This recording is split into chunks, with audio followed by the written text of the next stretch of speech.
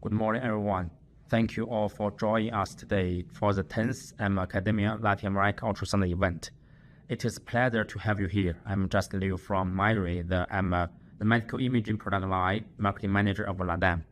Over the past 2 years, we have had the privilege of inviting 9 distinguished experts from various fields to share their invaluable knowledge.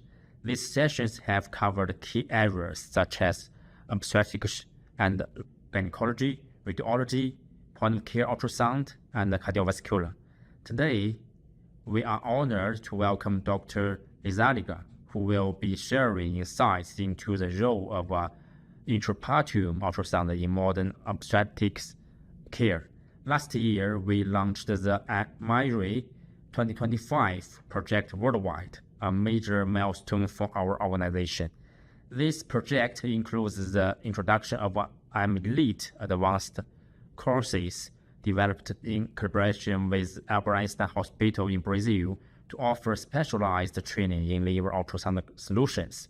Furthermore, we remain dedicated to supporting academic and scientific development for Latin American experts, which has led to the publication of several high-quality research papers. In addition, we have expanded the learning platforms with initiatives like the Ultrasound School and our online academia courses, helping to make continuous education more accessible than ever. Thank you all for joining today. We hope today's session provides you with valuable insights and knowledge. Let's celebrate the 10th Academia. Thank you. Para todos, muchas gracias por conectarse. En el día de hoy estamos presentando nuestra M Academy número 10 y tenemos el honor de contar con el doctor Esteban Lizárraga.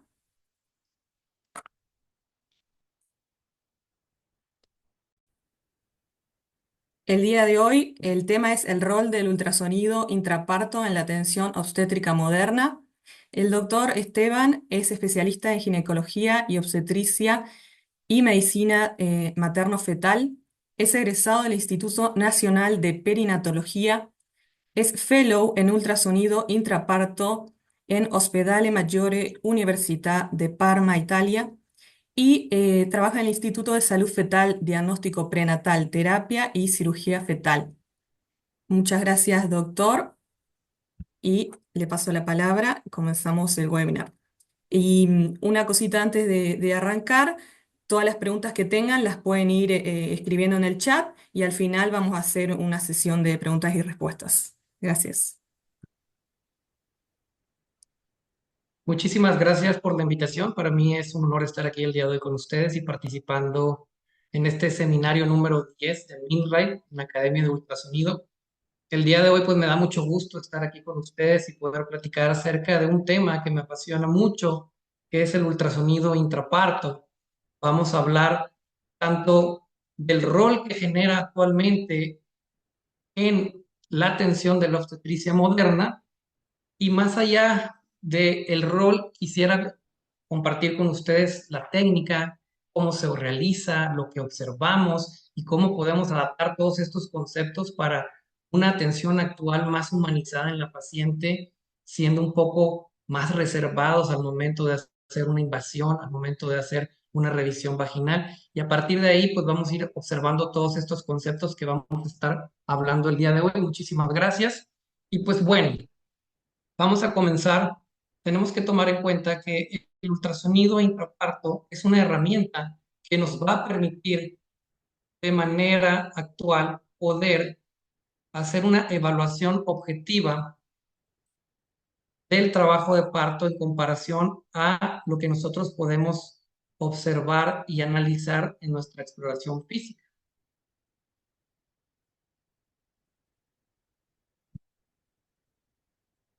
He tenido la oportunidad de estar con el profesor Tulio G en el Ospedale Maggiore en Parma, Italia, uno de los pioneros y que más publica actualmente en ultrasonido intraparto, en conjunto con el doctor Andrea D'Alastra.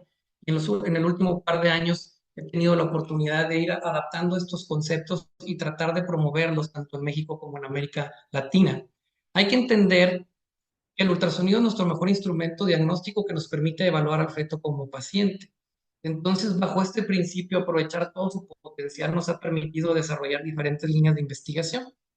El ultrasonido de ultraparto, como lo mencionaba anteriormente, es una herramienta que permite al médico analizar de manera objetiva los diferentes estadios del trabajo de parto, visualizando la Doctor, presentación. perdón que le interrumpa un segundito. Si a usted, creo que le salen algunas notificaciones en la parte superior de su computadora inferior y a nosotros se nos aparece como un cuadro negro. Le voy a pedir si puede cerrar eso, así podemos ver bien toda la presentación completa. Perfecto, muy bien. Tengo Así uno, es, ya las, el de arriba y otro abajo, chiquito. sí, ya las moví y no desaparecen. Si quizás tiene alguna cruz. Ok, ahí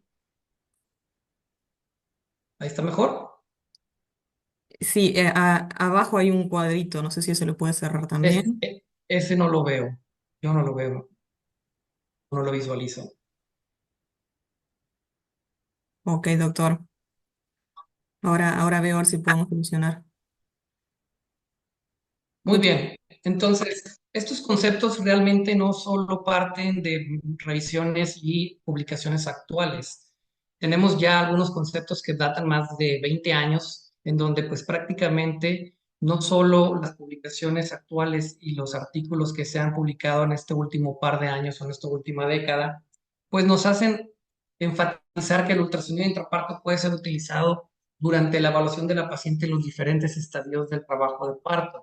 Entonces, desde el año 2002, el doctor Ackman y colaboradores demostraron que había una variación entre la exploración manual y la exploración clínica vaginal digital de hasta del 33,2%. Al que existen otras series que reportan una discordancia entre el 30 y el 70%, si esto depende de cómo estratificamos el nivel y la experiencia del operador entre estudiantes y médicos externos. Todas estas comparaciones iniciaron primero a través de perimetrías, también de hacer una evaluación mediante resonancia magnética las pacientes embarazadas para después crear simuladores y hacer evaluaciones para comparar lo que exploraba el médico en el simulador y posteriormente llevarlo a las pacientes ya en una exploración durante la sala de labor.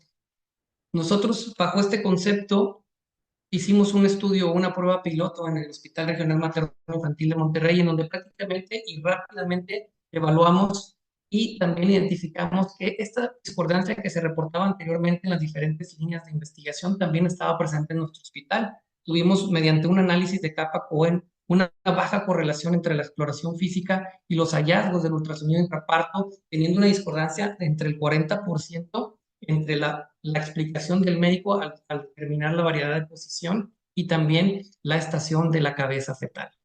Por lo tanto, ir de ahí, tratamos de integrarlo nosotros para la exploración de nuestros pacientes.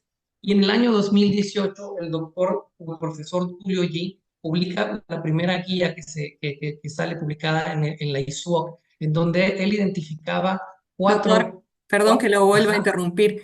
Quizás puede cerrar y volver a compartir la presentación porque nos quedó a todos, vemos como un cuadrado gris en la parte de abajo inferior y nos tapa un poco la presentación, entonces no quisiera que nos perdamos información. Puede dejar de compartir y volver a compartir. Quizás si usted tiene abierto algún chat o alguna cuestión, puede cerrar así no le aparecen notificaciones. no, solamente tengo abierto la publicación.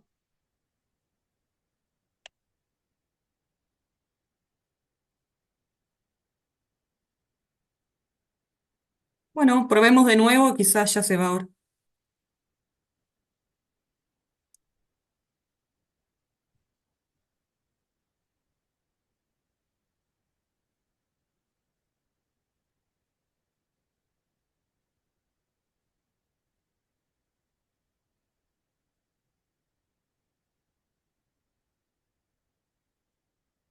Muy bien, entonces comentábamos que a partir de los años 2000 en adelante se publicaban anteriormente algunas otras indicaciones de cómo poder nosotros utilizar el ultrasonido intraparto en nuestra sala de labor y fue hasta el año del 2018 en donde el profesor G publica esta guía de práctica clínica en donde menciona cuatro indicaciones para nosotros poder utilizar el ultrasonido, un progreso lento de tensión del trabajo de parto en la primera etapa y en la segunda etapa o segundo estadio, para determinar la posición y estación de la cabeza fetal antes de considerar o realizar un parto instrumentado y realizar una evaluación objetiva de la mala presentación fetal. Posteriormente, en el año 2022, se publica la guía por la Asociación Mundial de Medicina Perinatal y la Fundación de Medicina Perinatal, en donde ellos ya estadifican 4 situaciones por las cuales se puede utilizar ya sea el ultrasonido previo al trabajo de parto, durante la sala de labor y la atención del segundo estadio del trabajo de parto y también en el puerperio inmediato. Dentro de la utilidad, ellos mencionan que es útil para hacer una evaluación previa al nacimiento de la localización placentaria, realizar una pelvimetría, valoración de dimensiones y función del piso pélvico y también checar la presentación y la posición fetal. Esto llevándolo al segundo estadio del trabajo de parto, en donde ya realizando mediciones como el ángulo de progresión, dirección de la cabeza, distancia cabeza-periné, ángulo de rotación, ángulo de flexión, pues ya nos puede llegar a integrar la posición y la estación fetal para posteriormente, una vez resuelto, también utilizarlo en el tercer estadio del trabajo de parto. Estas medidas que hablaremos próximamente, pues las vamos a aterrizar y las vamos a comparar específicamente con lo que nosotros hacemos durante nuestra evaluación digital, que es checar la posición, la estación y con las maniobras del óculo inclusive tratar de entender cómo está la presentación, la actitud, la situación del feto en el trabajo de parto. Si se fijan, la idea de presentarles videos es para que nosotros podamos entender y podamos analizar lo que estamos viendo nosotros durante el trabajo de parto. Este es un estudio que realizamos en el primer estadio del trabajo de parto, en donde tomamos siempre como referencia nuestra sínfisis del pubis. Este es un corte sagital de una paciente en donde pueden observar que inclusive la presentación no ha pasado el borde inferior de la sínfisis del pubis y tiene una correlación directa con lo que hacen o la evaluación que hacen los uroginecólogos del piso pélvico. Podemos ver estructuras como la vagina, el canal anal, inclusive el músculo puborectal, y al momento de realizar la rotación para un corte axial, podemos ver que la cabeza está en una distancia lejana todavía a la primera línea del transductor, que es el borde de la piel a nivel del períneo. Entonces, en el segundo estadio del trabajo de parto, como podemos observar ahora en este ejemplo, ya la cabeza sobrepasa el borde inferior de la sínfisis del pubis, ya empezamos con mayor dificultad a ver las estructuras, que es en este caso el canal anal, también nos observa ya el músculo puborectal, pero podemos observar cómo la paciente con la maniobra de Valsalva puede pujar y puede ir descendiendo la cabeza a medida que ella hace ese esfuerzo de pujar.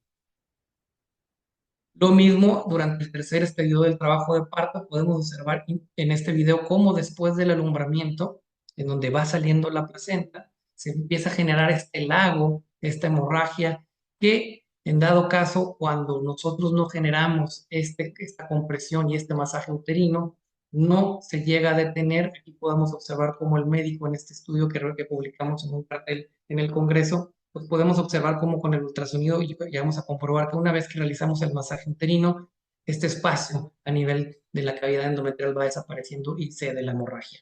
Entonces, para la técnica, pues necesitamos un equipo necesario que nos haga una adecuada valoración en el método 2D y lo más importante, que tenga la capacidad de realizar medidas en base a ángulos.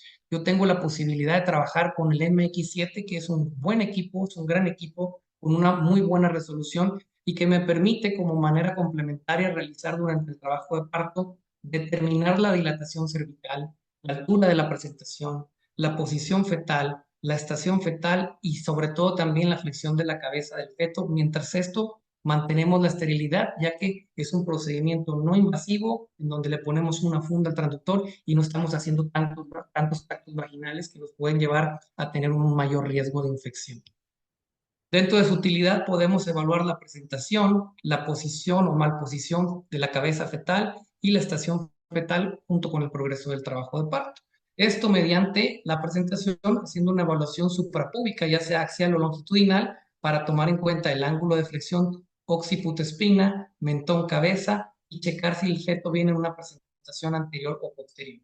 Dentro de la posición o malposición, hacer un abordaje transperineal axial para determinar la dirección de la cabeza, el ángulo de rotación, si existe o no asincretismo. Y también en la estación fetal, en una técnica transperineal o translabial, en un corte sagital, podemos tomar en cuenta la distancia sínfisis-cabeza, la distancia también cabeza-perine y el ángulo de progresión. Dentro de la técnica del ultrasonido transabdominal, si se fijan, nosotros utilizamos una evaluación suprapúbica, ya sea axial o longitudinal, y podemos tomar en cuenta los puntos de referencia que van a ser las estructuras de la línea media, las órbitas, el cerebelo y principalmente la columna. También nos ayuda para evaluar la localización placentaria y también el volumen del líquido amniótico. Si hacemos un corte axial y observamos que las órbitas están hacia arriba, pues en ese momento comprobamos lo que nosotros ya con la exploración física supimos, que viene en una variedad de presentación posterior, y haciendo una medición longitudinal podemos determinar la posición de la columna, que en este caso está anterior, y también podemos observar más adelante el ángulo occiput-espina que hablaremos de manera subsecuente. En este acercamiento podemos observar cómo observamos las órbitas durante la toma del ultrasonido axial suprapúbico y de manera longitudinal, checando siempre cómo se observa la columna. En la técnica transperineal o translabial debemos de tomar en cuenta que es útil para poder entender el descenso de la cabeza, la dilatación cervical, y también se utilizan modelos predictivos para el nacimiento del trabajo de parto.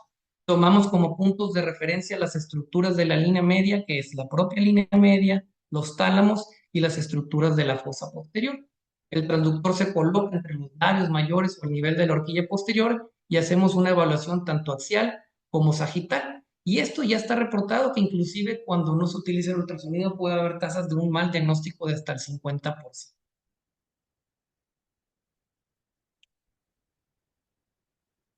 Si nosotros colocamos el transductor de manera axial, debemos de reportar nuestro punto toponómico o la variedad de posición, que en este caso es una variedad de posición occipito anterior izquierda, utilizando siempre las manecillas de reloj para poder establecer la variedad de presentación. Y en el corte sagital podemos entender y establecer qué tan lejos o tan descendida está la cabeza, tomando en cuenta un punto de referencia siempre la sínfisis del pubis, y logrando realizar tanto la medida del ángulo de progresión, la medida distancia sínfisis-cabeza, también serán útiles para establecer el descenso y la estación fetal. Dentro de la evaluación previa al parto es importante establecer en qué lugar se encuentra la columna. ¿Por qué? Porque si nosotros observamos que la columna está anterior, pues obviamente los movimientos cardinales serán mucho más fáciles si el feto viene en una variedad de occipito transversa, ya sea derecha o izquierda, pero cuando tienes una columna que está posterior con una variedad transversa o izquierda, es muy probable que hasta en el 20 o 30% de los casos el feto pueda llegar a rotar hacia posterior, aunque esté en transversa, y no corregir esta posición.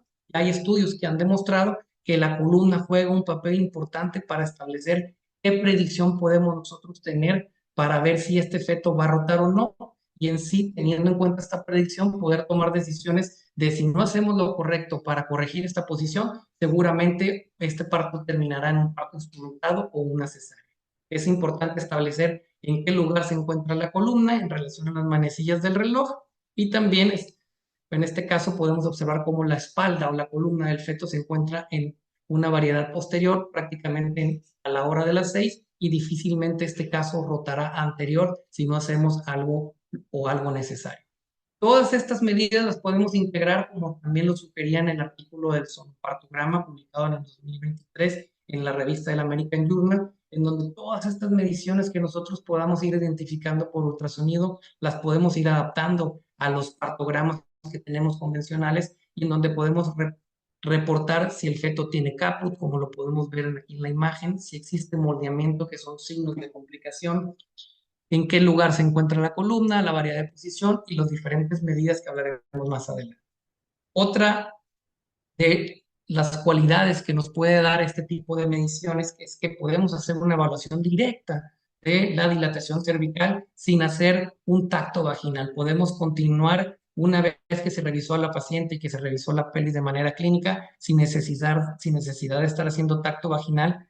Podemos revisar la dilatación. Fíjense en los artículos publicados anteriormente y las imágenes que podemos lograr con el MX7, en donde podemos observar en este caso de esta paciente que tiene prácticamente 7 centímetros de dilatación, y otra que posteriormente también podemos observar, inclusive que se llega a observar agua de cabello, en donde observamos prácticamente 6 centímetros de dilatación. Esto logrando un parto más respetado, más humanizado, y también teniendo la posibilidad del que el médico operador que la realizó anteriormente, también en dado caso para el tema de enseñanza, poderle demostrar de manera objetiva lo que estamos observando. Tenemos que entender que cuando nosotros hacemos una evaluación de una paciente y un médico reporta la dilatación, todos los médicos que estén alrededor durante esa revisión, pues hacen caso a lo que dice el médico, y nunca hemos tenido la posibilidad de retroalimentar si lo que nos está diciendo es correcto o no, y por lo tanto lo necesario es volver a repetir el tacto y volver a repetir el tacto para todos tener en orden o en el mismo sentido, y estar tratando de entender que esta revisión que hizo el médico, pues sí, en efecto tiene 6 o 7 centímetros de dilatación. Dentro de la evaluación de la estación de la cabeza fetal, esto es una ventaja porque la ecografía transperineal es una evaluación precisa y reproducible tanto de la posición como de la estación. Si se fijan, tomando en cuenta de nuevo nuestras síntesis del pubis, podemos hacer una evaluación tanto del ángulo de la progresión como de la dirección de la cabeza. Pero algo muy importante es que si nosotros trazamos una línea desde el borde inferior de la síntesis del pubis hasta el hueso sacro, y posteriormente nosotros podemos identificar que sumando 3 centímetros de dilatación es el nivel de las espinas ciáticas, ¿ok? O sea, la estación 0. Aunque estas no son visibles, pues los libros no se equivocan, y midiendo la cabeza y las relaciones anatómicas podemos establecer que con el ultrasonido prácticamente esta es la estación 0, y a partir de ahí podemos ir sumando y midiendo 1 centímetro, 2 centímetros, y poder establecer cuáles son las estaciones de Lee o el plano de Hodge el cual nos estamos enfrentando. Por ejemplo, hacemos una medición, si se fijan los libros no se equivocan, un diámetro conjugado desde el borde inferior de la sínfisis del pubis hasta el sacro de 11, un conjugado, por lo tanto 3 centímetros más el nivel de las espinas ciáticas, y a partir de ahí poder establecer el descenso de la cabeza y la dirección de la cabeza ya con nuestras medidas hechas en sala de labor. Esto es lo que siempre nos han enseñado, los planos de Hodge y los planos de Lee, y de manera subjetiva poco a poco los hemos tratado de integrar, tratando de palpar e identificar las estructuras. De manera tradicional nosotros revisamos así a la paciente, pero con el ultrasonido intraparto, pudiendo entender y comparar tanto los planos de Hodge y las estaciones de Lee. Eso es lo que nosotros hacemos cuando medimos el ultrasonido y utilizamos con ultrasonido, y podemos observar cómo va descendiendo la cabeza. Y esta imagen es una imagen representativa de cómo a partir del borde inferior de la sínfisis del pubis, más 3 centímetros, este es el nivel de la espina ciática, y a partir de ahí podemos establecer y enseñarle a los estudiantes exactamente lo que ellos palpan, compararlo y decirles, miren, estas son las estaciones o planos de Hodge en el que se. Nosotros nos enfocamos ya directamente en las medidas que utilizamos para poder integrar en qué estación fetal se encuentra la cabeza del feto. Pues bueno, la distancia cabeza-periné, la distancia sínfisis cabeza y el ángulo de progresión son las medidas que actualmente están en uso en las diferentes salas a nivel mundial donde utilizan el ultrasonido intraparto. La distancia cabeza-periné, como lo mencionábamos anteriormente, y podemos ver el diagrama o el dibujo, es la distancia que tiene la teca externa más prominente del hueso de la cabeza fetal hacia la primera línea del transductor, que es la piel del perine. Esta medida, publicada por el doctor Egevo en 2006, es una medida práctica y reproducible. Diferentes estudios reportan que 35 a 36 milímetros equivale a una estación 0 a nivel de las espinas ciáticas. Poniendo el transductor de manera translabial transperineal, ubicamos esta medida, y aquí lo podemos observar ya en tiempo como con el video, en donde hacemos una pequeña presión sobre el perine, como lo demuestra en este caso la imagen, el dibujo, y podemos observar cómo la cabeza se encuentra a una medida, y a partir de ahí nosotros podemos establecer la distancia cabeza-perine y poder compararlo con las tablas que tenemos para saber en qué estación fetal se encuentra. Si nosotros tomamos en cuenta esta misma medida, también nos puede ser útil esta medición, a pesar de que nosotros utilicemos el transductor de manera axial, para también entender el ángulo de rotación que tuviera que tener una cabeza para poder llegar a una variedad de presentación occipito anterior, medida la cual pudiera ser útil este ángulo de rotación que nosotros proponemos, ya que no está descrita Si bien tenemos que entender que en Europa el uso de forceps cada vez está más en desuso, pero en América Latina, en México se utiliza mucho. Y este ángulo de rotación es lo que nosotros debemos de rotar la cabeza, ya sea con el forceps Salinas o con el forceps Phelan, aquellos que lo utilizan, para llevar al feto en una presentación occipito anterior directa. Y en este caso, un ángulo de 38, el cual también puede ser útil para explicarle a un médico que de manera manual debe de corregir este ángulo para llevarlo a una variedad de presentación directa. El ultrasonido transperineal o translabial lo volteamos y lo rotamos y obtenemos este corte sagital, donde ya podemos observar la espina, otra vez, el borde de la sínfisis del pubis, en este caso la cabeza, cómo va descendiendo y progresando a medida que la paciente tiene una maniobra de Valsalva, y podemos observar la distancia sínfisis-cabeza y el ángulo de rotación, de progresión, perdón, que va modificándose a medida que la paciente puja o hace la maniobra de Valsalva. La distancia sínfisis-cabeza, como lo mencionamos anteriormente, es una medida reproducible que tiene una buena correlación al ángulo de progresión, y este es el punto más cercano del cráneo fetal hacia el borde inferior de la sínfisis del pubis, como lo podemos observar en las diferentes imágenes, descrita desde el 2013 por el doctor Youssef, otro médico que ha publicado mucho en el tema de ultrasonido intraparto. Tiene una alta fiabilidad intraobservador, y 34 milímetros pueden equivaler a la estación 0 y 27 milímetros a una estación 1. Solo es posible medirla por debajo de la sínfisis del pubis, pero en comparación al ángulo de progresión, el cual es actualmente que se utiliza tanto para predicción y sobre todo ir entendiendo el progreso del trabajo de parto, creo que el ángulo de progresión actualmente es la medida que más estudios tiene y que más correlación tiene con todo este tipo de evaluación durante el trabajo de parto. Inclusive ya hay una revisión sistemática en el 2022 en donde este ángulo de progresión que midió entre 108 y 119 arrojó una sensibilidad alta del 94%, y aquel ángulo que midió entre 141 y 153 arrojó una especificidad alta, todo esto para predecir un parto espontáneo. Y como lo podemos observar en el diagrama o en el dibujo, pues es una medida o un ángulo trazado entre el eje largo del borde más bajo de la sínfisis del pubis a la parte ósea más profundo del cráneo fetal, y esto también nos permite evaluar el cambio dinámico durante la maniobra de Valsalva. Sabemos que un ángulo de progresión más amplio se asocia con una duración más corta del trabajo de parto, haciendo énfasis en una medida mayor a 145, 150, 160, 170, y un ángulo estrecho menor a 95 se asocia directamente con una tasa mayor de parto por cesárea. Un ángulo de progresión de 116 equivale a una estación 0, esto volviéndolo a referir como un nivel de espinas ciáticas. Esto es un ejemplo de lo que nosotros podemos evaluar cuando hacemos una medición longitudinal translabial o transperineal y encontramos esta imagen, trazamos una línea que atraviesa la sínfisis del pubis, y a partir de ahí nos vamos hacia la parte más prominente del hueso fetal en una línea tangente, en este caso con un ángulo de progresión de 135 que puede corresponder a una estación fetal de 1 y 2 centímetros, y en otro ejemplo, como el ángulo de progresión se encuentra en 158, en donde va la cabeza descendiendo. Nótese o fíjense cómo ya se presenta algo de caput, podemos observar este edema posterior al cráneo fetal, y también ya se observa algo de moldeamiento. Este ángulo de 158 pues prácticamente equivale a una estación de +4, refiriendo a estas estaciones como lo hace el modelo de americano, en donde ellos utilizan la manera diferente de los planos de 8 estaciones de Lee en +1, +2, +3, +4 y +5.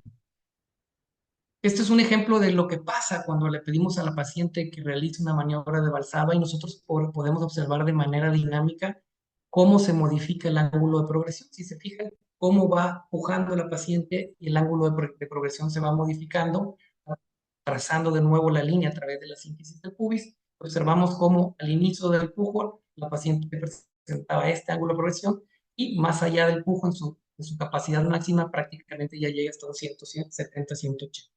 Nosotros observamos este tipo de cambios durante el segundo estadio del trabajo de parto, podemos dar por hecho que este paciente va a tener una predicción casi al 100% de un parto espontáneo, por lo tanto, simplemente estamos esperando que siga pujando, y también de igual manera esta medida nos puede también determinar cuando un médico sospecha que después de una analgesia la paciente no tiene un adecuado esfuerzo de pujo, Por lo tanto, con este tipo de medidas objetivas, tú le puedes demostrar también a la paciente que falta poco para que nazca su bebé, ella se siente un poco más tranquila, más confiada. ¿Por qué? Porque sabe que lo está viendo en ese momento, en un momento que generalmente le causa mucho estrés a la paciente y también al equipo médico. También existen publicaciones acerca del ángulo de progresión para predecir si hay un parto instrumentado que pudiera ser fallido o no. En este artículo publicado por el doctor Bultes en 2016, pues prácticamente observaron que aquel ángulo de progresión que tenía menor de 136 grados o mayor de 145.9 se correlacionaba directamente con un parto exitoso o fallido utilizando el vacuum. Volvemos a hacer énfasis que en Europa utilizan mucho la ventosa, no sé si en Latinoamérica también ya la están utilizando, pero en México es poco el uso, se utiliza más el forceps y también este tipo de medidas nos puede llegar a establecer para aplicar nosotros y poder entender si nosotros tenemos una paciente, estadificarla en un semáforo tanto rojo, amarillo, verde, para poder identificar si en este caso puede tener condiciones favorables o no favorables para un adecuado parto instrumentado al cual puede resultar exitoso, tomando en cuenta siempre los factores de riesgo, tanto maternos como fetales. Pues aquí el ultrasonido intraparto toma relevancia al tener una distancia cabeza-perine mayor de 40 milímetros o un ángulo de progresión en reposo menor a 120, pues obviamente esto nos puede considerarse como factores de alto riesgo para pensar que la ventosa o el parto instrumentado no va a ser exitoso. En comparación a un ángulo de progresión con valsalva mayor a 150 que les mencionaba anteriormente, o una distancia cabeza-perinea menor de 25 milímetros, que son factores favorables para una alta posibilidad de un parto instrumentado exitoso. Esto publicado recientemente en el año 2021 por el doctor colaboradores en el American Journal de Ginecología y Obstetricia. Esta es la tabla que generalmente todos tenemos y que utilizamos durante la revisión para ir comparando los diferentes parámetros. En el año prácticamente 2013, el doctor Tuche hace esta comparación entre los diferentes parámetros, tanto clínicos y de la examinación clínica, para poder establecer la cabeza fetal. Y si se fijan, ya se puede comparar directamente el ángulo de progresión, la distancia cabeza-periné y la distancia sínfisis-cabeza, y poder establecer las medidas que nosotros realizamos, integrarlas directamente en la estación fetal. También es una herramienta útil que nos permite evaluar al feto previo a la colocación del forceps, también para hacer o realizar un forceps o un instrumento guiado por ultrasonido. Si se fijan, este es un caso en donde me comentan que van a colocar un forceps que ya se había catalogado como una variedad de presentación anterior, y durante la revisión podemos observar que las órbitas están hacia arriba, que inclusive se ve el paladar, y la doctora, al no tener la posibilidad de realizar una maniobra de Scansoni, pues decide llevarlo a una variedad de presentación occipito posterior directa, y posteriormente con estos forceps de salidas, forceps bajo, realizar una extracción correcta. Y esto ya había sido publicado anteriormente, inclusive en el año 2021, por el doctor Hinkson en Alemania, en donde él hace una serie de casos, de 32 casos, donde utiliza el ultrasonido intraparto para evaluar durante y previo del trabajo de parto, y utilizando el instrumento del ultrasonido intraparto para guiar a las nuevas generaciones y a los estudiantes durante la extracción y en la colocación de los forceps Killian, y en donde reportan prácticamente un 100% de casos exitosos sin complicaciones. Esto nosotros lo aterrizamos con los forceps alas en el hospital, y pues la intención es que pueda ser un instrumento que también te brinda la seguridad, no solo para observar lo que estás realizando, sino para tu toma de decisiones que sea la correcta.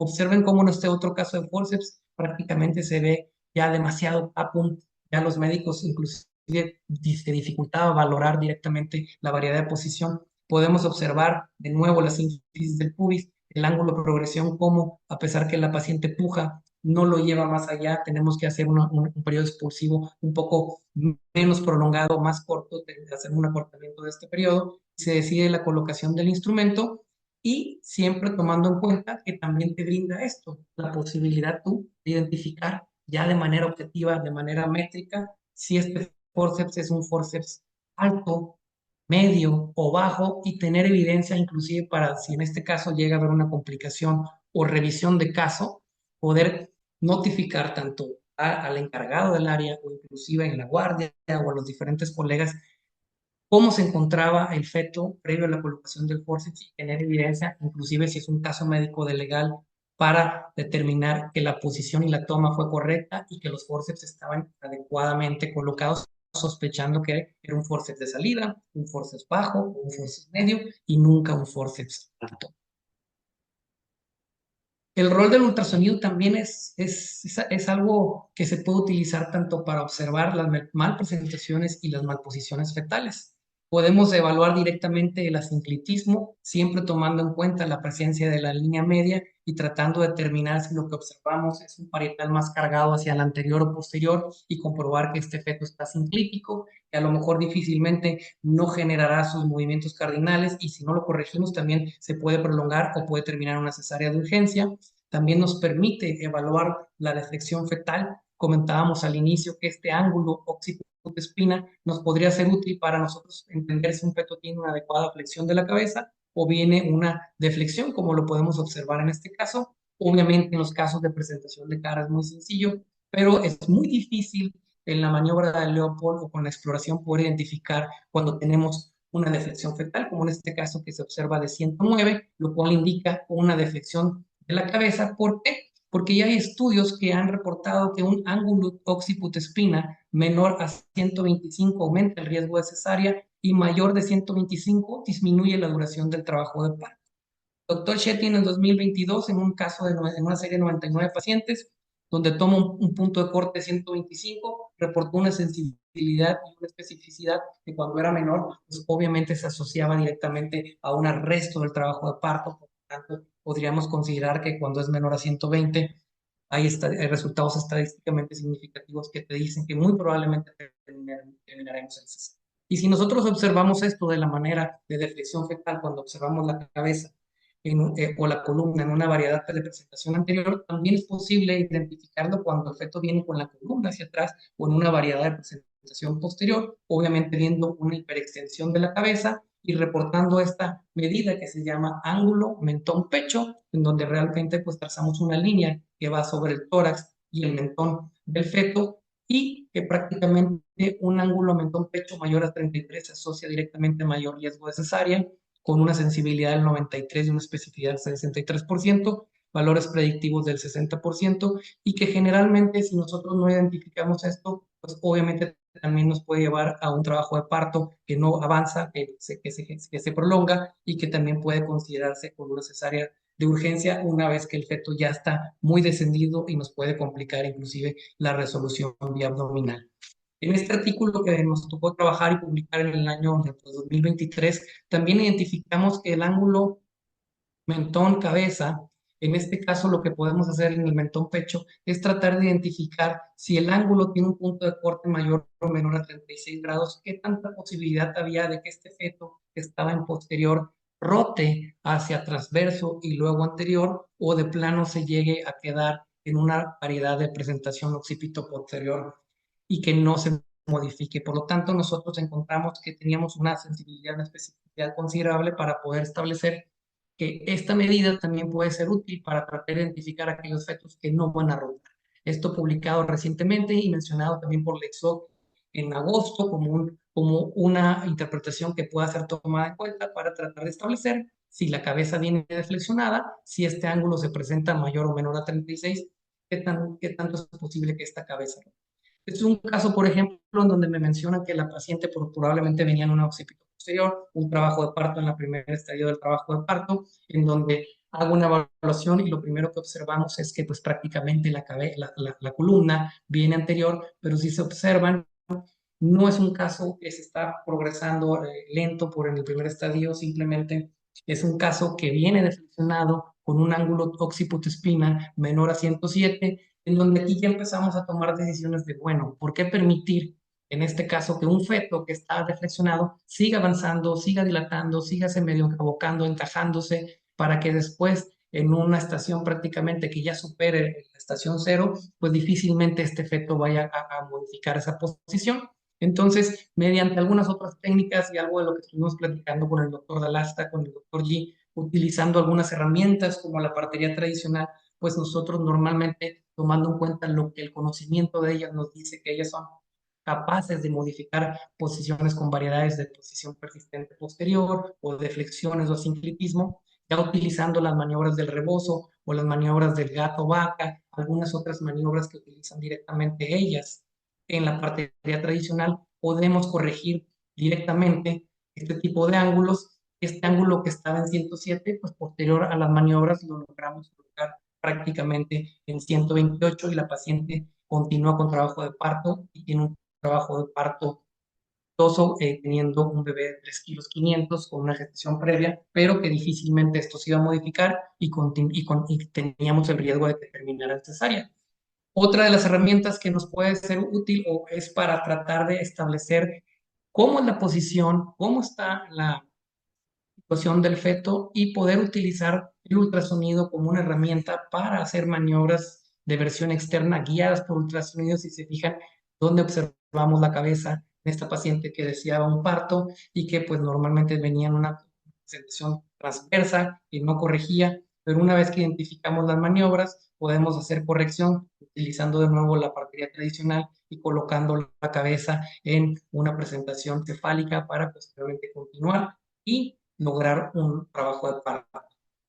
Dentro del tercer estadio del trabajo de parto, podemos observar que también es útil, ya que muchas veces a las pacientes las sometemos a una revisión manual o inclusive revisión instrumentada cuando no es necesario pasarlo, no es necesario ocupar un quirófano de nuevo. En Parma observaba que cuando la paciente presentaba una hemorragia, inmediatamente llevábamos el ultrasonido, poníamos el transductor y podíamos hacer una evaluación directamente de las 4 T's: tono, tejido, trauma, trombina. Y en este caso, pues observamos en una paciente que sospechaban que ya había tenido un alumbramiento completo, hago una evaluación con el ultrasonido y observamos que todavía la cavidad está ocupada y ella sí es candidata de nuevo a hacer una revisión instrumentada y hacer ahora sí una extracción de la placenta. Contrario a otros casos en donde pues prácticamente lo que en ocasiones podemos sospechar como tejido no se puede ver a un tono o a un trauma y necesariamente pues podemos hacer otro tipo de intervenciones, como en este caso demostramos la técnica SEA, que es el pinzamiento de arterias uterinas, y nosotros observamos con el ultrasonido como una vez que colocábamos las pinzas, el flujo comenzaba a disminuir y se desaparecer, dándole la razón al doctor SEA cuando el pinzamiento de uterina nos puede ayudar a disminuir la hemorragia y en este caso a tomar el tiempo adecuado para rescatar a nuestra paciente cuando necesita medicamento, manejo farmacológico o ganar mililitros de pérdida cuando una paciente necesita pasar a una resolución por histerectomía. Otras líneas de investigación del uso del ultrasonido intraparto es tratar de integrar el Doppler para nosotros poder entender si existen o no fetos que puedan llegar a tener mayor compromiso en el trabajo de parto. En este estudio publicado por el doctor Andrea Dalasta prácticamente el año pasado, pues también observaron, ya haciendo un análisis con regresión logística, que tanto el índice cerebroplacentario como el promedio de las arterias uterinas mayor al percentil 95, pues tenían una correlación directa tanto para pasar una cesárea de urgencia como al separar todas las variables poder integrar aquellos fetos que tuvieron un resultado perinatal adverso compuesto. De igual manera, esto pudiera tener algo de correlación con aquellos estudios donde dicen que el índice cerebroplacentario previo al trabajo de parto pues aumentan el riesgo directamente de una cesárea por mayor compromiso fetal o en ocasiones, como este otro artículo, también se asocia directamente el índice cerebroplacentario a aquellos fetos que van a tener un trazo no tranquilizante o alguna alteración en el monitoreo fetal durante el trabajo de parto. En conclusión, la medición del ángulo de progresión, y esto no lo digo yo, lo dice la revisión sistemática del grupo de Estados Unidos, del doctor Ahmed, del doctor Belfort y algunos otros médicos, pues es una medida que nos puede ayudar a predecir un parto vaginal espontáneo exitoso en embarazos únicos. El ángulo de progresión intraparto nos puede ayudar y guiar en el asesoramiento de las pacientes en la segunda etapa del trabajo de parto con respecto a su probabilidad de lograr un parto vaginal seguro. Y lo más importante es que genera evidencia objetiva para la atención, el manejo, la enseñanza e inclusive para la revisión de casos y cuestiones médico-legales.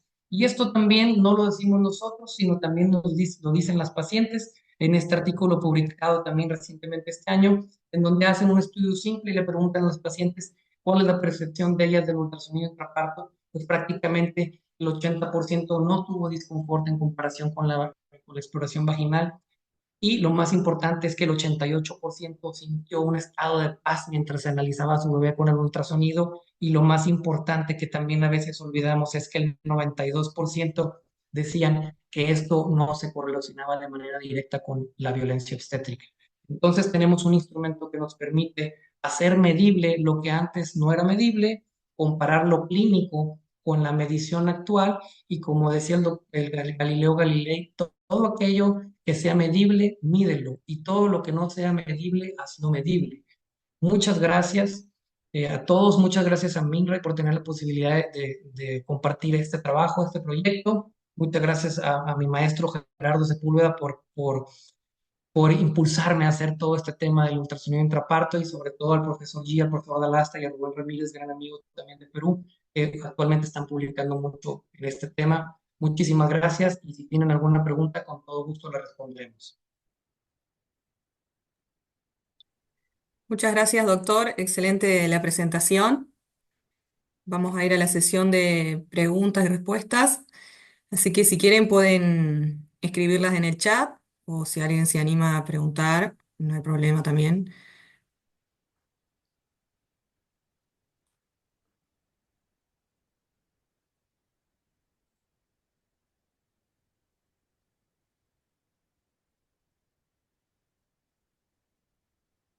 A ver, voy leyendo el chat.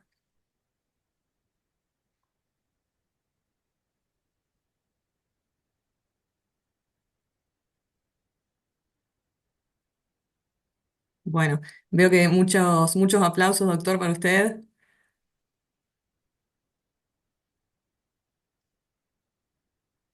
La doctora Florencia Cotino pregunta si hay un protocolo que usen y si lo hacen de rutina. Sí, doctora, ¿qué tal? ¿Cómo está? Mira, esto es un estudio que, pues, obviamente, como empieza a cambiar paradigmas en aquellos países que no se está utilizando, pues al inicio siempre van a decir que se debe utilizar en base a un protocolo. Yo te voy a hablar de mi experiencia en el hospital de Parma, liderado por el profesor G, que actualmente se ha ido ya a Roma. En el hospital de Parma, todas las pacientes, independientemente bajo riesgo o alto riesgo que estuvieran en el trabajo de parto, son sometidas a una vigilancia con ultrasonido intraparto. Esto genera que nosotros tengamos una evidencia en donde nosotros podemos ir reportando inclusive lo que iba sucediendo durante el trabajo de parto, primer estadio, segundo estadio. Imagínate una evaluación en donde ya no estás haciendo tantos vaginales, la paciente está un poco más confiada en, porque también está viendo su bebé, y prácticamente a todas las pacientes se les debe de hacer. Obviamente va a depender mucho de las instituciones. En el momento en que nosotros decidamos instalar un ultrasonido intraparto, aquellos médicos que lo empecemos a realizar nos vamos a dar cuenta del beneficio, de la tranquilidad que nos da, y sobre todo lo más importante, que tienes algo con qué comparar la clínica. Yo sé que durante muchos años al médico obstetra nos han pues implementado la idea de que pues la obstetricia es un arte, ¿verdad? Pero el arte es subjetivo, al igual que la obstetricia. Entonces, el hecho de tener un instrumento que te permite medir y evaluar de manera objetiva, yo creo que eso nos va a ir cambiando un poco la atención. Y ojo, no viene a suplir la revisión clínica. Al contrario, lo que viene es generar evidencia de que nuestra exploración clínica, que nunca se va a dejar de hacer, es la correcta, y que podemos tomar decisiones en base ahora ya a imagenología. La imagenología siempre ha sido una herramienta que desde que se empezó a utilizar nos ha reforzado bastante nuestro conocimiento médico, y al igual como empezó el tema del Doppler, la restricción del crecimiento, de la medicina fetal, pues obviamente todos estos temas generan un poco de controversia al inicio. Esperemos que lo podamos instalar. Actualmente estamos trabajando en un protocolo multicéntrico en donde se trata ya con un poder y una muestra calculada. Hay que tomar en cuenta que el resultado prenatal adverso en general es del 2 al 3%. La mayoría de las pacientes pueden llegar a tener un parto normal. Entonces, hacer un estudio tan grande requiere muchos centros. Actualmente se está corriendo, pero hay bastante evidencia a nivel internacional de que el uso del ultrasonido intraparto es útil. Así que empecemos a utilizarlo y pues empezar a llevarlo prácticamente a nuestra práctica. La segunda pregunta, ¿es un complemento o reemplaza al partograma? No, es un complemento. Como lo mencionaba anteriormente, esto es un complemento y nos va a permitir, sobre todo, generar esta evidencia en el partograma. Entonces, imagínense en aquellas pacientes que normalmente lo único que hacen a veces es medirle un índice de Johnson, calcular el peso, son casos en donde inclusive a veces están mal evaluados, el feto pesa alrededor de 4 kilos 300, se presenta una distocia de hombros. Entonces, realmente, si nosotros vamos adaptando y tomando en cuenta que muy probablemente ya empieza a cambiar nuestra forma de evaluar el embarazo, porque también tenemos que tomar en cuenta que si tenemos un instrumento previo al nacimiento, hay que utilizarlo. Y también podemos evaluar la placenta, el líquido, el peso, y una vez que ya empezamos con el trabajo de parto, poder identificar todo esto que estuvimos platicando en pro del seguimiento y también todas estas medidas instalarlas en el partograma. Doctor, estaba levantando la mano Diana Rodríguez. Doctora, si Ah, quiere activar su audio o escribir por el chat.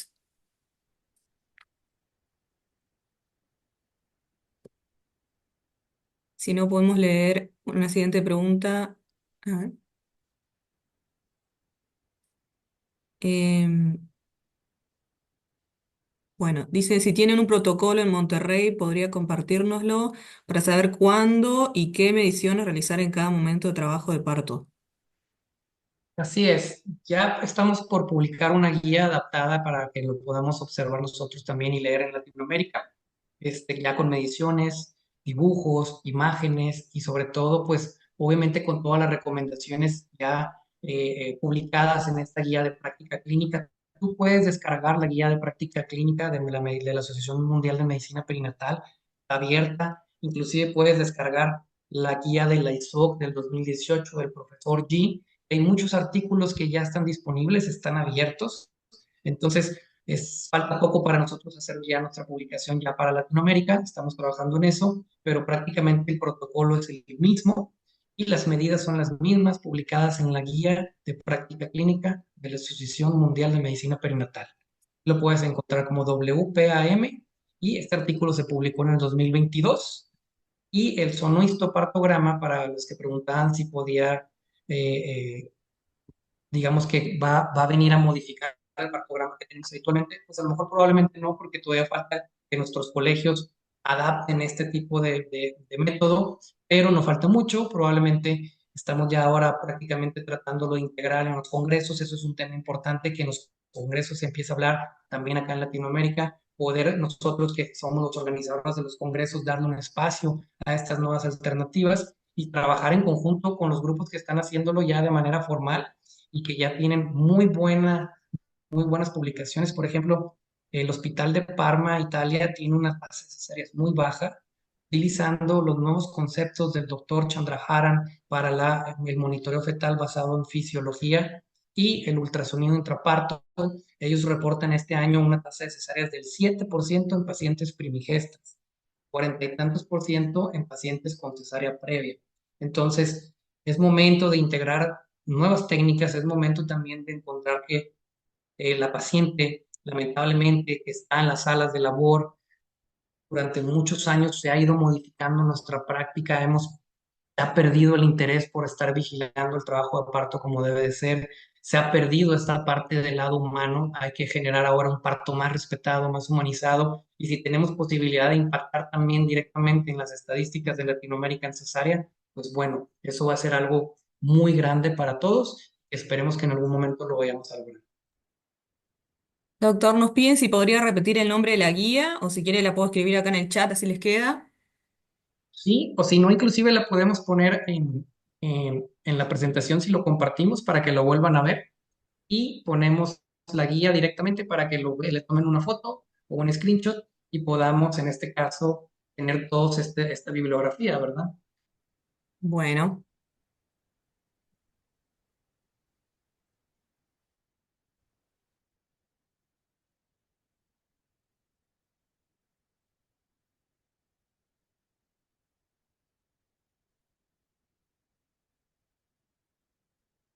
Este es el artículo publicado por el profesor Yi del ISOC 2018 y la guía de medicina perinatal. Ahí se salió. Muy bien. No sé si tengan alguna otra duda o pregunta. Aquí lo felicitan, excelente presentación, muchas gracias, dicen. El nombre de la guía, lo puedo escribir acá, doctor, si usted me lo repite. Bueno, Claro que sí. Es la guía de práctica clínica y recomendaciones basadas por la WAPM, World Association of Perinatal Medicine, and the PMF, Perinatal Medicine Foundation. En esta guía participan prácticamente todos los autores de los que estuve platicando, las imágenes que estuvimos observando. Ya tuvimos la posibilidad de utilizando el MX7, que es un excelente equipo para poder realizar estas tomas. Inclusive estamos gratamente sorprendidos con la calidad de imagen que nos genera. Y lo más importante es que es mucho más fácil de trasladar y mover en aquellas pacientes en donde tenemos que entrar a una sala de labor o una recuperación y no estar moviendo un estudio de gabinete. Entonces, creo que es una buena herramienta, se la recomiendo. Todas las imágenes que vieron y los videos fueron realizados por el MX7. Es un buen equipo y pues prácticamente yo creo que se lo recomiendo ya que tiene el tamaño de una laptop. Entonces realmente es el trasladarse y llevarlo a todas las salas del hospital nos genera una buena metodología de trabajo. muy bueno, doctor, gracias, gracias bueno, por utilizar nuestro equipo y la verdad que estamos muy contentos que también usted pueda realizar todos estos estudios con el MX7. Acá también agradecen bueno, a Minray por hacer posible esta charla. Si tiene alguna otra pregunta y si no, vamos a ir cerrando. Y desde ya agradecemos a todos por haberse conectado a nuestro webinar número 10, así que estamos de festejo. Y principalmente gracias al doctor Esteban Lizárraga por la excelente presentación que dio. Y bueno, muchas gracias a todos los que se conectaron en el día de hoy. Esta presentación luego la vamos a subir a nuestras redes, así que pueden volver a verla.